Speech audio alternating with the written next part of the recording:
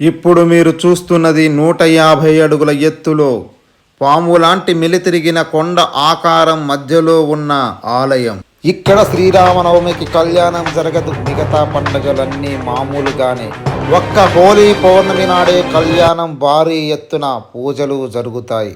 సుమారు 1800 సంవత్సరాల క్రితం అంటే 200వ సంవత్సరంలో నిర్మితమైన ఈ ఆలయం శ్రీ పంచపట్టాభి శ్రీరామచంద్ర స్వామి ఆలయం. గబ్బిలాలకు నెలవై గబ్బిలాలకు కొలవై శిథిలావస్థకు చేరువలో అర్ధరాత్రి పూట గుప్త నిధుల పేరుతో తవ్వకాలు. ఆలయానికి రక్షణ లేదు, పట్టించుకొని దేవాదాయ శాఖ. ఈ ఆలయానికి 150 ఎకరాల దేవుని మాన్యం, అయినా అభివృద్ధికి నోచుకోని వైనం.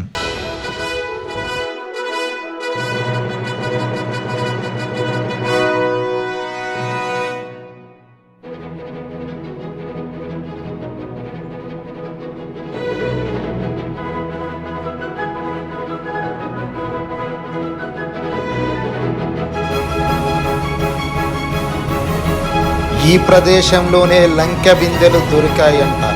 గరత్మంతుడి విగ్రహం పాదాల దగ్గర తవ్వగా లంక బిందెలు దొరికాయని అక్కడ గ్రామస్తులు చెబుతున్నారు.